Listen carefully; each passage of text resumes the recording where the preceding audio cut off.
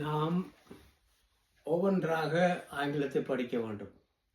ஒரே முறையிலே நாம் ஆங்கிலத்தை படித்தால் அது எங்களுடைய சரீரத்திலே அது பிடிக்கிறதுக்கு வாய்ப்பில்லை. அதனாலே கொஞ்சம் கொஞ்சமாக ஒவ்வொரு நாளும் நாங்கள் ஆங்கிலத்தை படிக்க முன்வருவோம். நேற்றைய தினத்திலே நான் உங்களோடு பேசினேன். Grandpa, date, my son, grandma, good morning, good afternoon, good evening, good night, good day to you, pleased to meet, goodbye, farewell, my love, hope to see you again, so long. இன்றைக்கு நாங்கள் படிக்க போகிறது என்னவென்றால், உங்களை சொல்வதை விளங்க நினைக்கிறேன். கேள்வி கேட்கிற கேள்விக்கு நீங்கள் பதில் சொல்ல வேண்டும். சித்தப்பா, பெரியப்பா, மாமா என்று எல்லா உரிமையையும் உறவையும் ஒரு சொல்லிலே நாங்கள் அடக்கலாம். சித்தப்பா, மாமா, பெரியப்பா, எல்லா உறவுகளையும் குறித்து நாம் அங்கிள் என்று கூப்பிடலாம். அங்கிள். சித்தி, பெரியப்பா, அத்தை, மாமி என்ற எல்லா உறவையும் குறித்து குறிக்க ஆண்ட் அல்லது ஆண்டி என்று கூறலாம். சித்தி,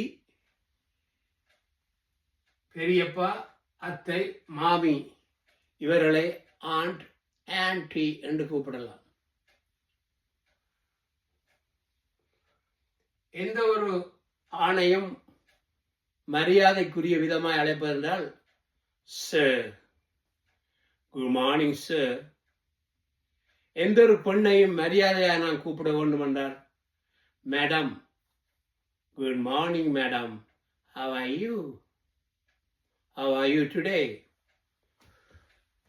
இந்த ஆங்கிலம் இவ்வளவு ஒரு ஆசீர்வாதமான ஆங்கிலமாக இருக்கிறது. ஆனால் நாங்கள் நம்முடைய சொந்த மொழியை, தாய்மொழியை நாம் மறக்கக்கூடாது. ஆனால் இந்த மொழியை மாத்திரம் படித்து உலகத்தில் நாம் முன்னேற முடியாது. அதை நான் உங்களுக்கு கூறிய விரும்புகிறேன். முதலாவது இந்த உலகத்திலே அதாவது இடம்பெற்றிருக்கிற மொழி ஆங்கிலம்.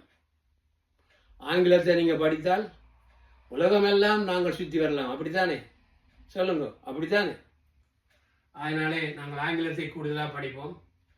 ஹஸ்பண்டை நாங்கள் ஹாபி என்று கூப்பிடலாம். Hobby, hobby. ஹஸ்பண்டை அன்பாக அழைக்கிறேன்டா ஹாபி என்று கூப்பிடலாம். இல்லாட்டி ஹஸ்பண்டை பேரை சொல்லி கூப்பிடலாம். எல்லாவற்றில் அது எங்களுடைய கலாச்சாரத்துக்கு ஏற்ற விதமாக என்னதான் நாங்கள் கூப்பிடுறோமோ, நீங்கள் கூப்பிடுகிறீங்களோ அதை தான் கூப்பிடலாம்.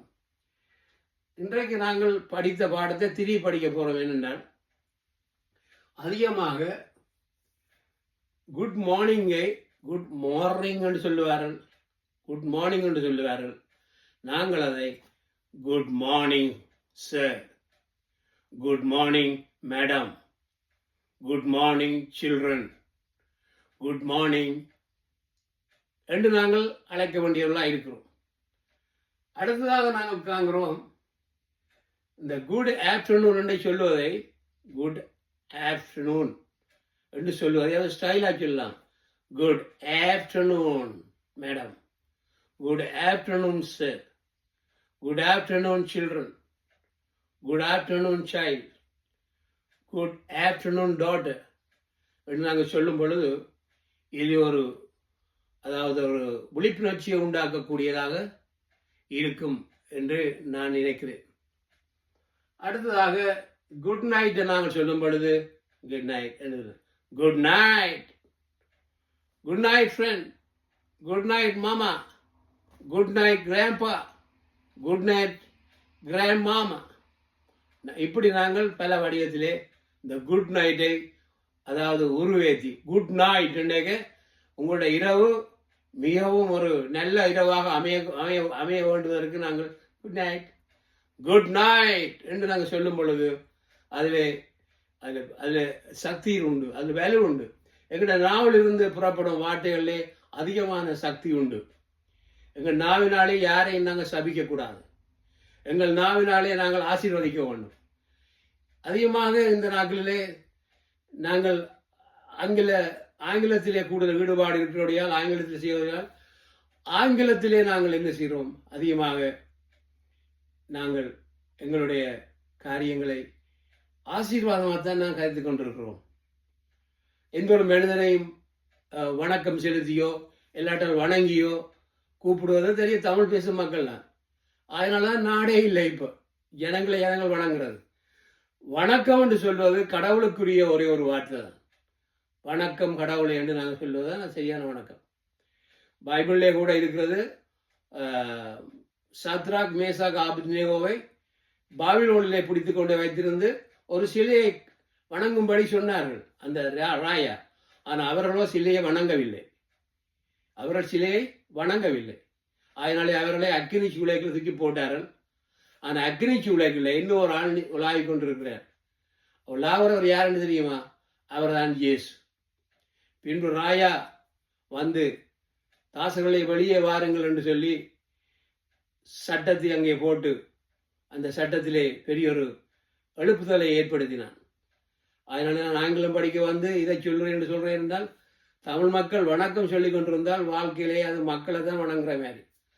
முதலாவது கடவுளை வணங்குவது, இரண்டாவது இந்த உலகத்தில் உள்ளவர்களை good morning, good afternoon, good night, God bless you, how are you என்று நாங்கள் அவர்கள் அழைக்கும் பொழுது அது மிகவும் மேன்மையான காரியமாக இருக்கிறது.